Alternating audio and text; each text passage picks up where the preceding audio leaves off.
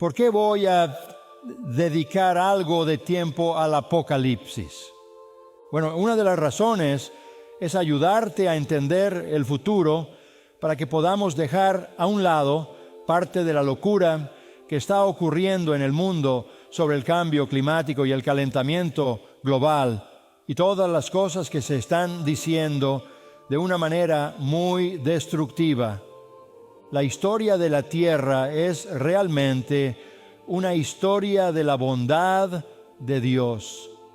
Él ha llenado la tierra de cosas buenas. Debemos ser fecundos y multiplicarnos, no dejar de tener hijos porque pensemos que el clima va a acabar con nosotros. Debemos darle gracias por todas las gracias comunes. Y en este momento concreto de la historia civilizada, somos los beneficiarios de una enorme cantidad de avances que han hecho la vida mucho mejor, mucho más rica, mucho más fácil. Eso es gracia común. Uno tiene la sensación, sin embargo, de que la gente no está interesada en agradecer a Dios todo lo que nos ha proporcionado y que podemos disfrutar, sino que más bien quieren llevarnos de vuelta a un punto primitivo en el tiempo. Quieren hacernos retroceder. Quieren que despreciemos las cosas buenas que el Señor ha puesto en esta tierra para que las disfrutemos. Y es porque ostensiblemente tienen un miedo desmesurado y demencial a lo que pueda ocurrirle al planeta. Pues bien, ya sabemos lo que pasa y es Dios quien va a decidir cuándo termina finalmente el drama. Y eso es lo que dice el libro del Apocalipsis. Pero más que eso, el libro del Apocalipsis exalta la gloria de Jesucristo más que cualquier otro libro.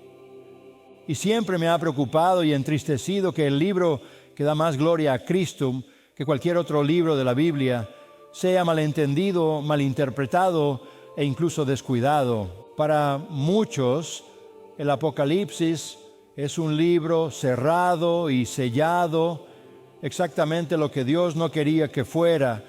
Ahora algunas cosas Dios quiere que sean selladas.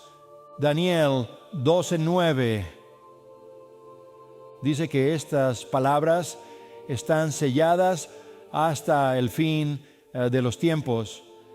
Y sabemos que Deuteronomio 29 dice que las cosas secretas pertenecen al Señor. Hay algunas cosas que no podemos saber, pero el libro de Apocalipsis no encaja en esa categoría en absoluto. De hecho, es todo lo contrario. Comienza particularmente en el versículo 3, para empezar con una promesa. Bienaventurado el que lee y los que oyen las palabras de la profecía y prestan atención a lo que en ella está escrito, porque el tiempo está cerca. Hay una urgencia en este libro al presentarnos el futuro. Cuando vas al Apocalipsis, vas al futuro. Esto es una revelación. Es una revelación. No debe ser ignorado. No es para ser malinterpretado y malentendido. No es para ser sellado. De hecho, en el último capítulo de Apocalipsis y el versículo 10, que es el capítulo 22. Dice, no selléis las palabras de la profecía de este libro porque el tiempo está cerca. Comienza en el capítulo 1 diciendo que el tiempo está cerca.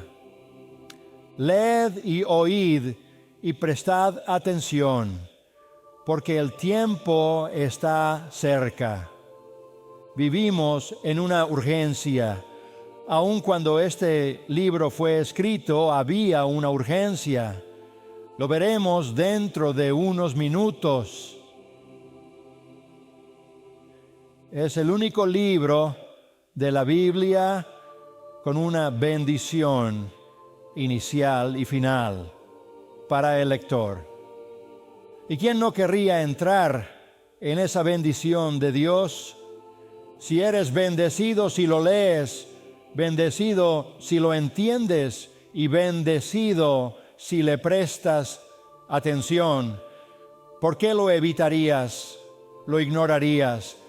Pero en realidad puede ponerse de moda ignorar este libro increíble.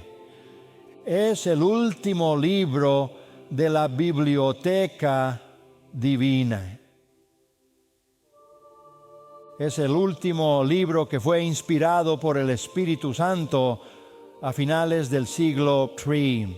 Es la última palabra de Dios. Es la última palabra de Dios. En Génesis tienes el comienzo del cielo y la tierra. En Apocalipsis tenemos la consumación del cielo y la tierra. En Génesis se nos dio la entrada del pecado y la maldición. En Apocalipsis es el fin del pecado y la maldición. En Génesis fue el amanecer de Satanás y sus actividades. En Apocalipsis es la perdición de Satanás y sus actividades. En el Génesis fue el árbol de la vida al que se renunció. En el Apocalipsis es el árbol de la vida recuperado. En el Génesis entra la muerte. En el Apocalipsis la muerte sale. En el Génesis comienza el dolor. En el Apocalipsis el dolor es desterrado.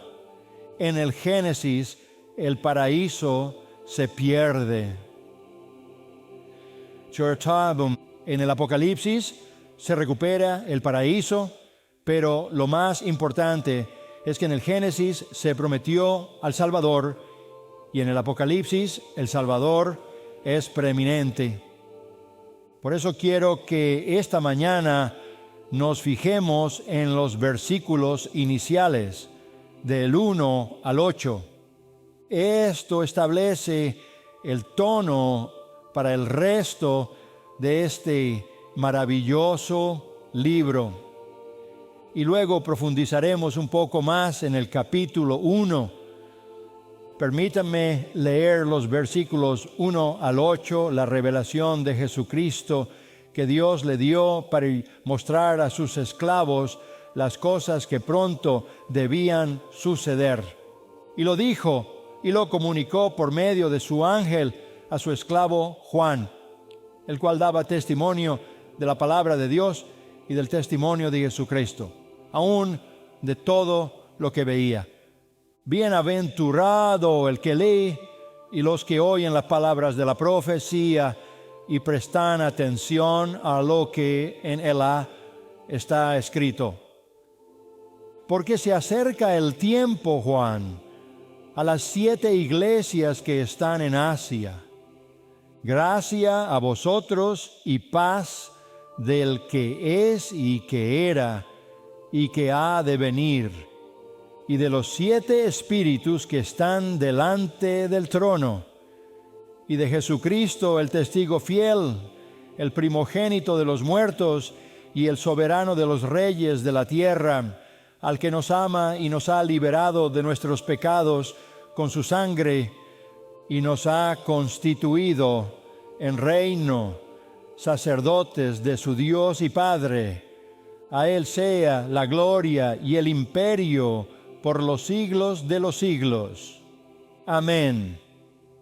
He aquí que viene con las nubes y todo ojo le verá, aun los que le traspasaron, y todas las tribus de la tierra se lamentarán por él. Así será. Amén. Yo soy el Alfa y la Omega, dice el Señor Dios, que es y que era y que ha de venir, el Todopoderoso. Ahora, comenzando en el primer versículo, veremos algunos de los elementos fundamentales. En primer lugar, la naturaleza de este libro se indica en la palabra revelación, Apocalipsis. Es una revelación,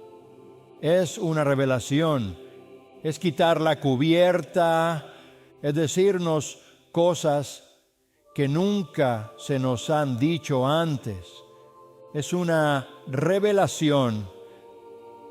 Algunas personas suponen que el Apocalipsis debe ocultar cosas. Eso es todo lo contrario. Es una revelación y un desvelamiento completos que quita la cubierta en relación con el plan de Dios para el final de su historia redentora. El tema inmediatamente, la revelación de Jesucristo. Este es un libro sobre Jesucristo. Es Cristo desvelado, Cristo descubierto, Cristo manifestado en la gloria de la segunda venida. Y le viste en su humanidad. Su gloria estaba velada cuando caminaba sobre la tierra.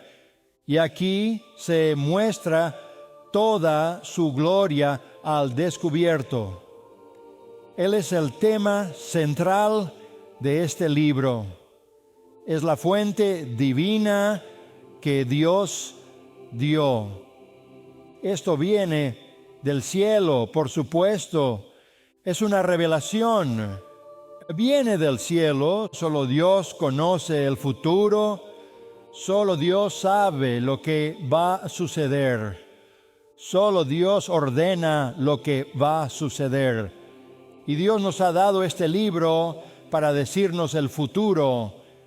Pero lo más importante es que Dios puso este libro en nuestras manos para mostrarnos la gloria de Cristo. Porque Cristo se humilló, Dios lo exaltó y le dio un nombre, sobre todo nombre, que el nombre de Jesús. Toda rodilla debe doblarse y un día el mundo lo hará. Pero mientras tanto, cuando entres en el libro de Apocalipsis, te inclinarás ante su gloria. Sus destinatarios específicos son identificados a sus esclavos, los creyentes. Es un libro para cristianos, para creyentes, aquellos que están bajo el amo, el Señor Jesucristo. Así que aquí está la revelación divina sobre Cristo de Dios a nosotros, y su carácter profético viene a continuación. Es una revelación de las cosas que pronto han de suceder. La sección profética, el grueso de la sección profética, es desde el capítulo 4 hasta el capítulo 19. Mira a un periodo de 7 años de tiempo. En el futuro llamado la tribulación se identifica como 7 años. Así que esa sección de, capítulo 4 se introduce 5. Capítulo 6 comienza la tribulación, todo el camino hasta la venida de Cristo en 19. Esa es una lectura rápida a través de 7 años. En el futuro, un periodo en el que Dios desata el juicio en el mundo. Así que hay un sentido de que este libro es un viaje rápido. a través de la historia futura y culmina en el reino de los 1000 años de Cristo, capítulo 20, y el nuevo cielo y la nueva tierra y los 2 capítulos finales. Pero no creo que la idea de rápido o veloz sea el sentido de pronto. Creo que pronto es una buena traducción de taku aquí. Significa simplemente pronto. Pronto. Y esto también aparece al final del Apocalipsis en el capítulo 22. Y verás para cuando termine cuántas veces es esto. Este libro está entre corchetes por la misma declaración, pero en el capítulo 22 y versículo 12, he aquí yo vengo y dice, en el nas rápidamente es la misma palabra pronto. He aquí yo vengo pronto. Ese es el último capítulo. También el capítulo 22, versículo 20. Sí, vengo pronto. Esto significa que hay una inminencia en su venida. Usted ve la misma palabra en el capítulo 2, versículo 16, donde nuestro Señor está escribiendo a una iglesia específica y Él dice que voy a ir a ti pronto y voy a hacer la guerra contra ellos con la espada de mi boca. Y Él vino contra esa iglesia. Eso es históricamente sucedido en el capítulo 3 y verso 11. La misma palabra, vengo pronto, y fijaos a lo que tenéis. Capítulo 11, versículo 14, debe ser traducido de la misma manera que leemos esto. El segundo ay ha pasado. He aquí, el tercer ay viene pronto. Y en el caso de las iglesias, el Señor vino pronto. Y en el caso de ese ay vino pronto. Así que la palabra encaja mejor para ser traducida pronto. Y lo vemos también en el capítulo 22 y versículo 7. Señor viniendo pronto. Así que es un libro profético, pero tiene la intención de ser en nuestras mentes algo que viene en cualquier momento. Esto es lo que llamamos la doctrina de la inminencia. Es el próximo acontecimiento en el calendario profético redentor de Dios. La gente a menudo me pregunta, ¿qué tiene que suceder antes de que Cristo pueda venir? Respondo, nada proféticamente. Viene pronto y ha estado viniendo pronto durante 2000 años. Esto no excluye un tiempo de espera. Obviamente, han pasado 2000 años, pero la iglesia siempre ha vivido en esta espera. Lo encuentras incluso en el lenguaje de las epístolas del Nuevo Testamento. Solo te daré a una ilustración. Primero, Pedro 47. El fin de todas las cosas está cerca. Eso fue hace 2000 años, pero obviamente Dios no está atado a ningún reloj. Y la segunda, Pedro 38, dice, un día con el Señor es como 1000 años y 1000 años como un día. El Dios eterno no guarda un calendario o un reloj. Así que para la iglesia, desde la escritura del Nuevo Testamento en adelante, estamos avisados de que Él vendrá pronto y que ese es el próximo evento en el plan profético de Dios. En el capítulo 12 de Lucas, solo para reforzar esto de labios de nuestro Señor, versículo 35, dice esto, estad preparados, mantened encendidas vuestras lámparas. Siéntanse como hombres que esperan a su amo cuando regresa del banquete de bodas, para abrirle inmediatamente la puerta cuando venga a llamar. Bienaventurados aquellos esclavos a quienes el amo encuentre alerta cuando llegue.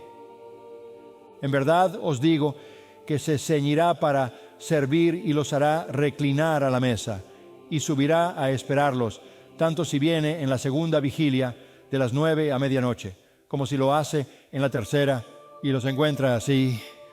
Bienaventurados esos esclavos. Estad seguros de esto.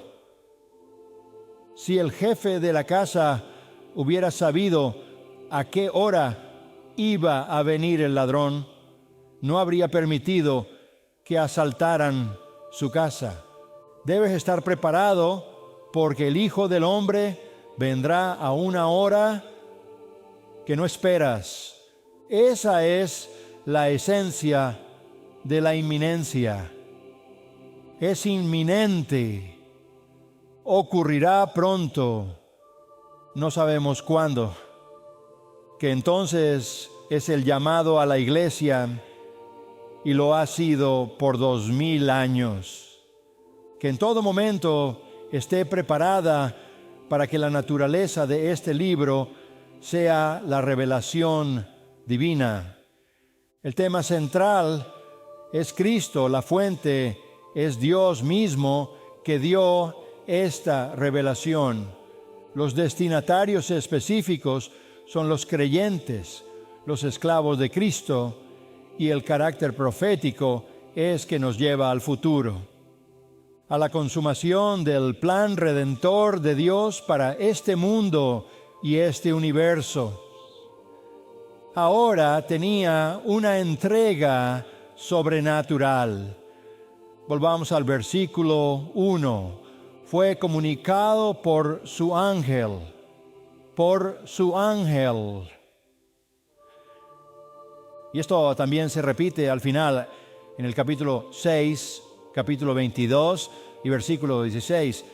Yo, Jesús, he enviado a mi ángel para daros testimonio de estas cosas. Este es el único libro en el Nuevo Testamento que básicamente fue entregado de Dios a Juan para nosotros por un ángel, por un ángel. Ahora recordamos de Hechos 7 y Gálatas 3 que la ley del Antiguo Testamento fue dada, transmitida por ángeles. Este es el único libro del Nuevo Testamento que tiene esa distinción. Este es un libro lleno de ministerio angelical. Dios suelta seres angelicales en la historia. La historia que se escribe aquí, de hecho, hay ángeles en casi todos los capítulos. Creo que no hay ángeles hay mensajeros que son mensajeros humanos en los capítulos 2 y 3, pero a partir del capítulo 4, creo que solo puede haber 3 capítulos que no incluyan ángeles. 67 veces se hace referencia a los ángeles, así que vamos a conocer de cerca la operación de los ángeles en el futuro. Y luego estaba el agente humano que recibió la comunicación de Dios por un ángel, y ese es su esclavo, Juan, el apóstol del conocido triunvirato Pedro, Santiago y Juan. Ahora bien, él recibió esta revelación y la escribió 60 años después de la muerte de Cristo, a finales del siglo I. En el momento en que la recibió, estaba exiliado en una isla llamada Patmos, en el Mediterráneo. He estado allí varias veces. Es un lugar creíble, pedregoso y rocoso. En realidad era probablemente un adolescente tal vez en una adolescencia tardía, cuando Cristo fue crucificado. Ahora tiene más de 80 años. Él estaba con Cristo a través de su sufrimiento la primera vez que vino, y ahora ha dado la alegría de registrar su gloria. El versículo 2 dice que fue Él quien testificó. Juan, que testificó de la palabra de Dios, la revelación de Dios y el testimonio de Jesucristo. Lo mismo la palabra de Dios y el testimonio de Jesucristo, ambos refiriéndose a la revelación sobrenatural, incluso a todo lo que vio. Y lo fascinante de este libro es que cuando miras otros libros de la Biblia, son básicamente la revelación de palabras, Apocalipsis de palabras. Esta es una serie de revelación en imágenes. Tenemos algunas de ellas en el Antiguo Testamento. Tenemos algunas visiones, pero este es un libro que está cargado de ellas. Hay palabras que son reveladas, por supuesto, en este libro, particularmente en los capítulos 2 y 3. Pero es principalmente lo que Juan ve, lo que escribe. Eso te da una idea del libro. Es una verdad que nunca antes se había conocido. Juan la descubre porque Dios se la dio a través de un ángel. ¿Y cuál es el beneficio de esto para nosotros? Versículo 3. Bendito es el que lee, oye, atiende todo lo que está escrito en ella. De nuevo, solo señalo que es inexcusable ignorar este libro. No es difícil, no lo es. Es una de las cronologías más simples de seguir de todos los libros de la Biblia.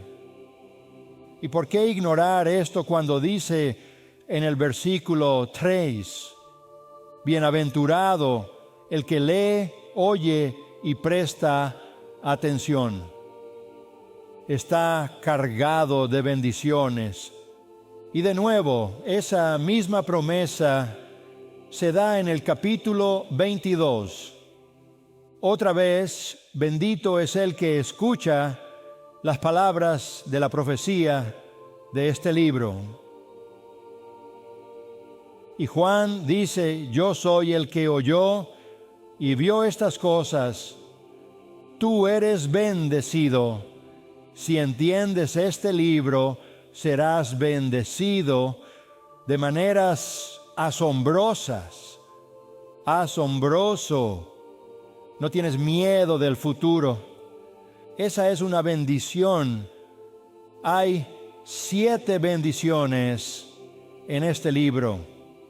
Capítulo 1. Bendito es el que lee las palabras de esta profecía. Capítulo 14. Benditos son los muertos que mueren en el Señor de ahora en adelante. Ese es el capítulo 14. Capítulo 16. Bienaventurado el que permanece despierto y guarda consigo su ropa para no ir desnudo y ser expuesto vergonzosamente. Eso no es cuando Cristo regresa en el capítulo 19. Bienaventurados los que son invitados a la cena de las bodas del Cordero. En el capítulo 20, benditos y santos son los que tienen parte en la primera resurrección. En el capítulo 22, bienaventurado el que guarda las palabras de la profecía de este libro. Y de nuevo en el capítulo 22, bienaventurados los que lavan sus ropas, para que tengan derecho al árbol de la vida y puedan pasar por las puertas del cielo, a la ciudad. Lean, oigan, presten atención, todos participios de presente.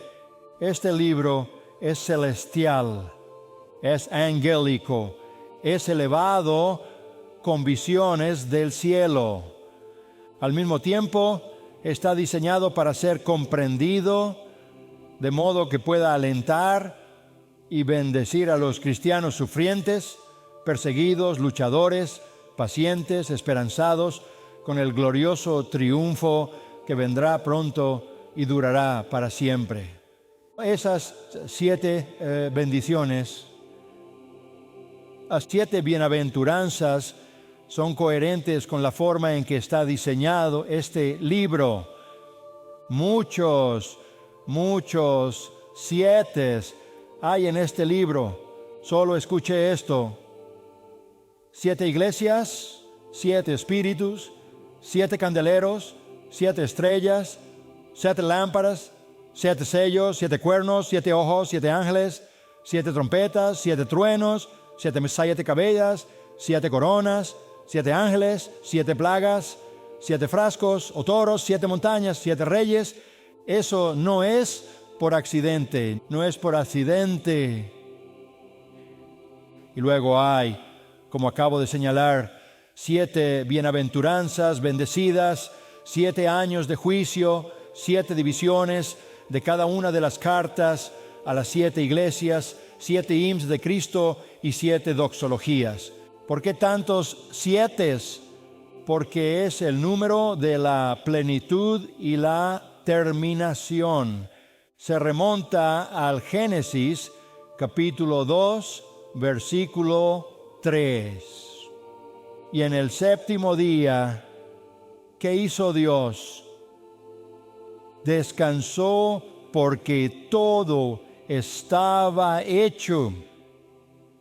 Este libro es la plenitud de la revelación de Dios. Y cuando esta historia termina, ese es el fin de todo con respecto a este universo. Ese es el fin. En el capítulo 22, otra vez, verso 18, yo testifico a todo el que oiga las palabras de la profecía de este libro. Si alguno les añadiere, Dios le añadirá las plagas que están escritas en el libro. Así que cuando Dios dice que me despido, eso es todo. Si tú vienes y quieres añadir algo que crees que es una revelación de Dios, estás en peligro de recibir las plagas que están escritas en este libro. Y por otro lado, el verso 19 dice que si alguien quita de las palabras del libro de esta profecía, Dios le quitará su parte del árbol de la vida y de la ciudad santa que están escritas en este libro. Eso es bastante serio. No se puede añadir a Sauer boer en do kwam in ieder true mijn am do bouwen zo. No se puede quitar de esto es la plenitud de la revelación divina de Dios. Dios se despide en este punto. Y luego una nota final sobre el versículo 3 es que el tiempo está cerca. El tiempo está cerca en el sentido de épica. Está cerca. Y dice que en el capítulo 22, como acabo de señalar a usted, el tiempo está cerca. Tenemos que vivir a la luz del hecho de que el tiempo está cerca, que viene pronto y puede que no te parezca cercano. Pero como dije, un día con el Señor es como 1000 años, y 1000 años como un día, la demora será larga. Lucas 18 básicamente dice que la demora será tan larga que la gente comenzará a creer que Él no vendrá De hecho, encontramos en Pedro que los burladores dirán: ¿dónde está la señal de su venida? Se burlarán de los creyentes porque no ha venido, pero vendrá pronto. Está cerca y es lo próximo. A menudo me preguntan: ¿crees que la venida del Señor está cerca? Sí, más cerca que nunca. Por supuesto, siempre ha sido próxima y siempre ha sido pronto y siempre ha estado cerca en la perspectiva de la intemporalidad de Dios. Pero está más cerca que nunca. Y luego en los versículos 4 al 6 hay una asombrosa afirmación divina. Afirmación divina. Mira el versículo 4, Juan a las 7 iglesias que están en Asia. Ahora esta carta. No se puede quitar de esto, es la plenitud de la revelación divina de Dios. Dios se despide en este punto. Y luego una nota final sobre el versículo 3 es que el tiempo está cerca. El tiempo está cerca en el sentido de épica. Está cerca. Y dice que en el capítulo 22, como acabo de señalar a usted, el tiempo está cerca. Tenemos que vivir a la luz del hecho de que el tiempo está cerca, que viene pronto y puede que no te parezca cercano. Pero como dije, un día con el Señor es como 1000 años, y 1000 años como un día. La demora será larga. Lucas 18 básicamente dice que la demora será tan larga que la gente comenzara a creer que Él no vendrá. De hecho, encontramos en Pedro que los burladores dirán: ¿dónde está la señal de su venida? Se burlarán de los creyentes porque no ha venido, pero vendrá pronto, está cerca y es lo próximo. A menudo me preguntan: ¿crees que la venida del Señor está cerca? Sí, más cerca que nunca. Por supuesto, siempre ha sido próxima y siempre ha sido pronto. Y siempre ha estado cerca en la perspectiva de la intemporalidad de Dios. Pero está más cerca que nunca. Y luego en los versículos 4 al 6 hay una asombrosa afirmación divina. Afirmación divina. Mira el versículo 4, Juan a las 7 iglesias que están en Asia. Ahora esta carta. Tomé prestado que, en caso de que no lo sabía, gracias a usted, saludo, estándar, capta la riqueza de nuestra fe cristiana, la gracia y la paz consistente. Pero aquí viene una afirmación de este libro por la Trinidad y Dios, por supuesto, y Cristo y el Espíritu Santo, otra fuente de gracia y paz. Así que el saludo a las iglesias es que aquí está el Apocalipsis y junto con él la gracia y la paz de aquel que es y que era y que ha de venir. El Dios eterno que es, que era y que ha de venir. Este es un título usado para referirse a Dios. Los dos últimos eliminan la parte del que ha de venir, porque cuando hablan de Él, ya ha venido. Así que hay una afirmación de Dios. El Dios eterno está diciendo: este libro yo valido, y de los 7 espíritus que están delante de su trono, 7 veces Espíritu Santo. Eso está tomado de Isaías capítulo 11, verso 2, donde tienes 7 características distintivas del Espíritu Santo, el Espíritu Santo en toda su plenitud. Y de nuevo ese es otro 7. Así que la validación de este libro viene de Dios Padre y viene del Espíritu Santo. Y luego leemos al final del verso 5 de Jesucristo: Dios Padre y Dios Espíritu nos mandan gracia y paz y la validación de esta revelación divina. Y luego Juan pasa a Jesucristo, el que es el tema del libro. Y con ello se lanza a una magnífica descripción del Señor Jesucristo, descripción gloriosa, el testigo fiel, el primogénito de los muertos, el soberano de los reyes de la tierra, al que nos ama y nos ha liberado de nuestros pecados con su sangre y nos ha hecho para que seamos un reino para que seamos un reino sacerdotes.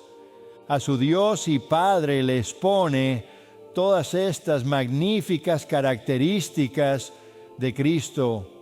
Ahora bien, todo el libro es una serie de visiones de Cristo enviadas a este apóstol perseguido y descorazonado que está en el exilio.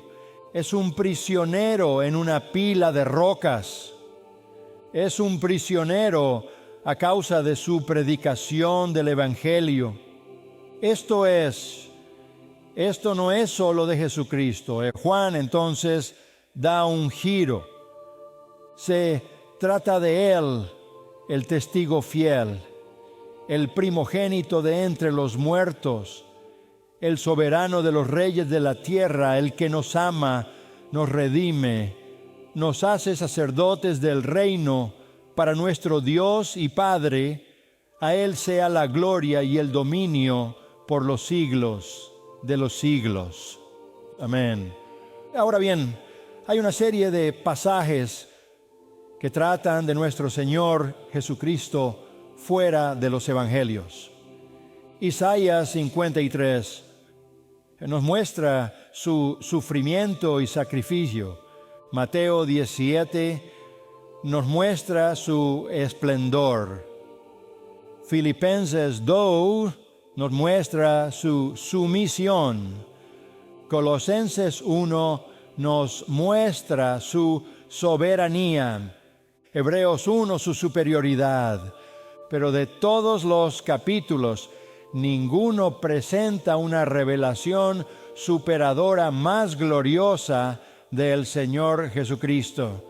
Entonces Apocalipsis 1, y hay 3 títulos dados a Él. Primero, el testigo fiel. El testigo fiel.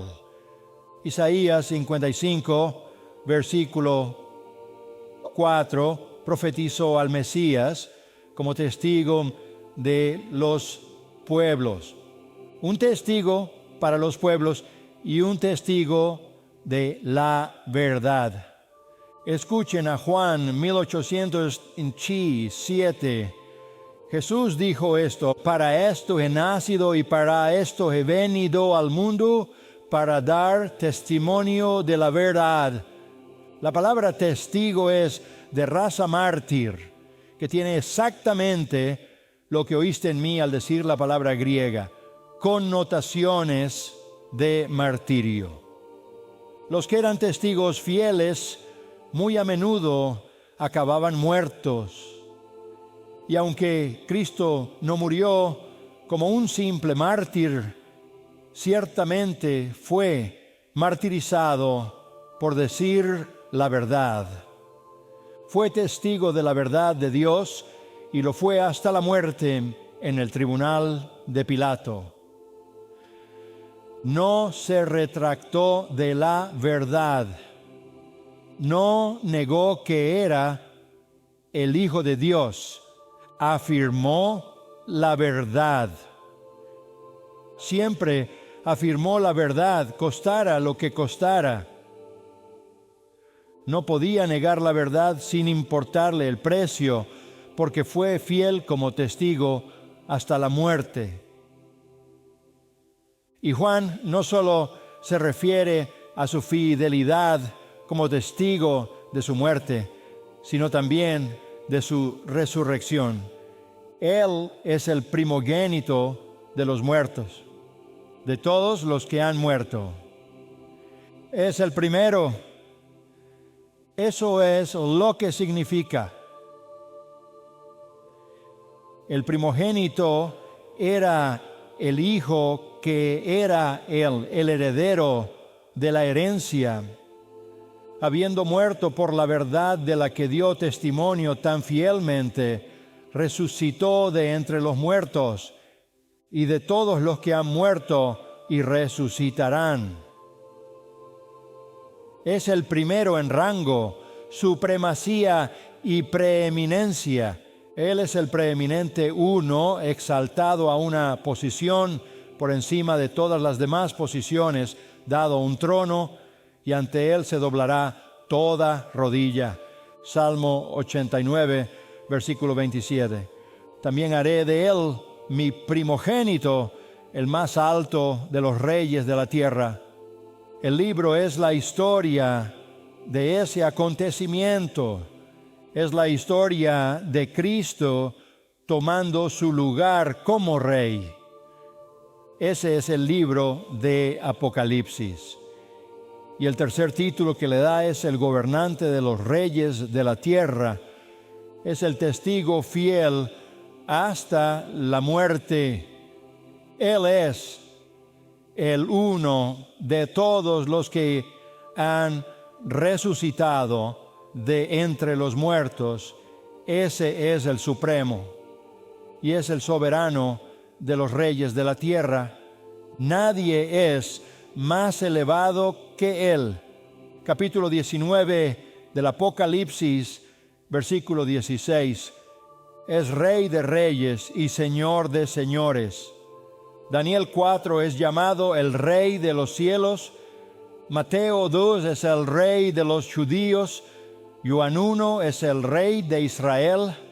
Primero, Timoteo 1 es el Rey de los siglos. Salmo 24 es el Rey de la gloria. Apocalipsis 15, el Rey de los santos. Y luego en el capítulo 19, el Rey de reyes. Esto es tan abrumador para Juan, que va a recibir esta revelación. Es tan abrumador que estalla en una doxología. Mira el versículo 5. A aquel de quien acaba de hablar el testigo fiel, el primogénito de entre los muertos, el reinado de los reyes de la tierra, a aquel que nos ama y nos ha liberado de nuestros pecados con su sangre, y nos ha hecho sacerdotes del reino para su Dios y Padre. A él sea la gloria y el imperio por los siglos de los siglos. Amén. Es un himno exaltado de alabanza a aquel que no nos ama, nos amó, que nos ama, tiempo presente. A menudo pensamos en el amor de Dios en términos de experiencia pasada. El amor de Dios es una realidad presente. Está en plena vigencia en este momento, como cuando entregaba a Jesús a los horrores de la cruz del Calvario. Él es quien nos ama, y porque nos ama, nos hizo ser un reino, designación colectiva para todos los creyentes.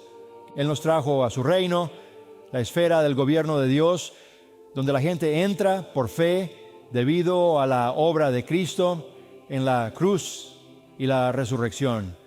Nos ama lo suficiente como para convertirnos en un reino, una comunidad de santos para siempre bajo su amoroso gobierno y protección. Nos ha dado la realeza, el linaje real para reinar con Él. Y otra prueba de su amor es que nos hizo sacerdotes de su Dios y Padre. Este es el fin del sacerdocio. Se acabó el sacerdocio irónico. Todos somos sacerdotes. No necesitamos sacerdotes que se interpongan entre nosotros y Dios. Él nos hizo sacerdotes para su Dios y Padre. Tenemos acceso constante a la presencia de Dios. Esto es algo que era desconocido bajo el antiguo pacto. Qué cosa tan asombrosa de contemplar. Este Supremo nos ama tanto que nos liberó de nuestros pecados por su sangre que mira en su cruz y que nos hizo súbditos en su reino para reinar con Él. Y nos dio como sacerdotes pleno acceso al Dios y Padre. Podemos venir audazmente a su trono. No es de extrañar que Juan concluya con: a Él sea la gloria y el imperio por los siglos de los siglos. Amén. Para entender la plenitud de todo esto, hay que entender el libro del Apocalipsis, porque amplía todas estas glorias asombrosas. Habiendo dicho todo esto, hay una reiteración en los versículos 7 y 8 del tema de este libro. He aquí que viene con las nubes, y todo ojo le verá. Eso es lo que dice. Todo ojo lo verá. Todo ojo. Eso es consistente con la enseñanza de nuestro Señor en Mateo 24 y 25. Él vendrá con las nubes.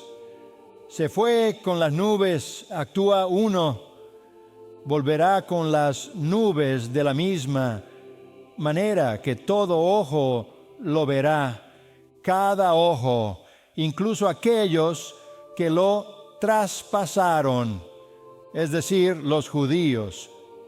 Fueron los judíos quienes lo traspasaron, no los soldados romanos, sino los judíos.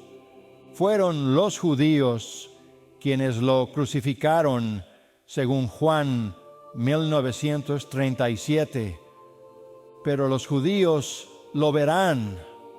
Algunos de ellos ya se habrán salvado cuando Él llegue, bajo la influencia de los 144,000 y los dos testigos de Apocalipsis 11. Zacarías 12 dice que mirarán al que traspasaron y llorarán por él como a un hijo único, y la salvación estará abierta para ellos. Así que cuando esos judíos, el pueblo que lo traspasó, lo vean, llorarán. Y el llanto en Zacarías es asombroso. Se lamentan por su pecado al rechazar generación tras generación a su Mesías. Pero no solo los judíos lo verán y llorarán, todas las tribus de la tierra, los gentiles, todos los demás se lamentarán por él. Su luto es diferente. No lloran en arrepentimiento. De acuerdo a Zacarías, los judíos se lamentarán en un arrepentimiento masivo a nivel nacional, pero no los gentiles. Ellos se lamentarán de una manera diferente. Es una palabra diferente. La palabra con respecto a los judíos que lloran en Zacarías es la palabra que se usa de arrepentimiento. Esta palabra para los gentiles es literalmente copto y significa cortar. Tiene que ver con la religión pagana, donde cuando la gente estaba en horrible luto, se cortaban como los frenéticos profetas de Baal en pánico, que se cortaban ellos mismos primero. Reyes 18. Este no es el luto del arrepentimiento, pero todos llorarán a algunos. En arrepentimiento, los judíos, todas las tribus de la tierra, se cortarán a sí mismos. Harán más que eso, invocarán a las montañas para que los aplasten, para que los oculten de su rostro. Apocalipsis 6. Y su respuesta final: así seré. Amén, amén. Palabra final. Esto es cierto porque el versículo 8, yo soy el alfa y la omega. ¿Qué quiere decir Dios con eso? El alfa y la omega son la primera y la última letra del alfabeto griego. Cada palabra que es hablada, cada verdad que es articulada, todo lo que es conocido, es comunicado por esas letras de alfa a omega o aleph a te en hebreo. ¿Qué está diciendo Dios? Está diciendo el alfabeto, que es una forma ingeniosa de almacenar y comunicar todo el conocimiento. El alfabeto, cuando se ordena en combinaciones casi infinitas, guarda y transmite todo el conocimiento. Dios está diciendo, yo tengo todo ese conocimiento y te estoy diciendo que esto va a suceder. Esto es Dios diciendo, lo sé todo, lo sé todo. No puedes juntar una palabra que yo no sepa. Él sabe que Cristo viene. Él sabe todo lo demás.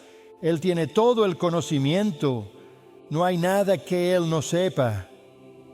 No hay nada que pueda existir fuera de su conocimiento. Por lo tanto, no hay nada que pueda alterar más este plan. No solo lo sabe todo, omnisciencia, sino que dice, John Wright dice, el Señor Dios que es y que era y que ha de venir. No solo es omnisciente, es omnipresente. Afirma la presencia eterna del Dios eterno en todos los asuntos, todas las personas, todos los acontecimientos, todos los lugares, todas las realidades, por toda la eternidad. Todo le es conocido, nada le es desconocido y está siempre presente en todo.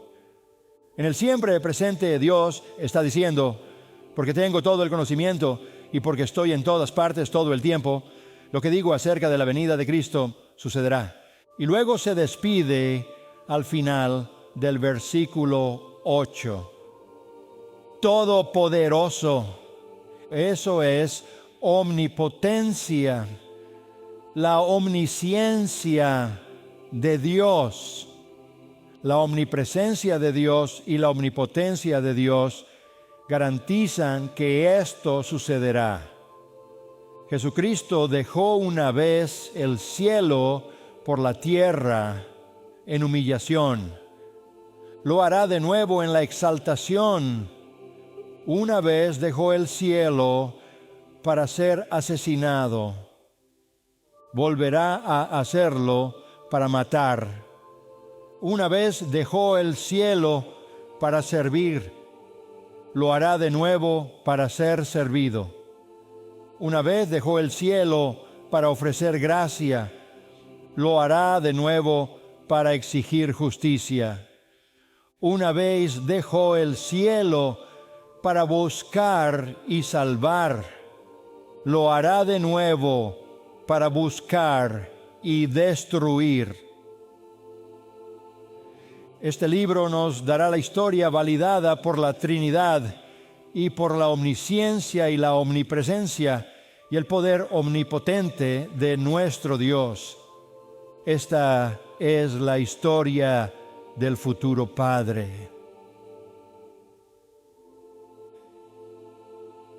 Somos tan privilegiados y bendecidos por haber recibido una revelación tan asombrosa. No tenemos excusa si no apreciamos cada parte de ella y encontramos en ella bendición. más allá de la bendición, más allá de la bendición. Gracias por revelarnos esto. Sabemos que hay muchas cosas que no podemos entender, pero aquí hay algo que podemos y debemos entender y que tantos ignoran.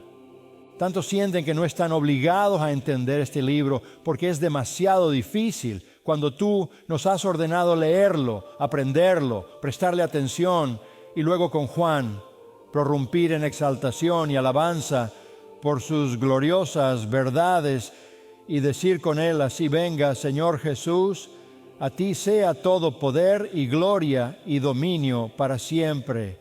Amén. Sí, Bram, or die dros storm neighbors.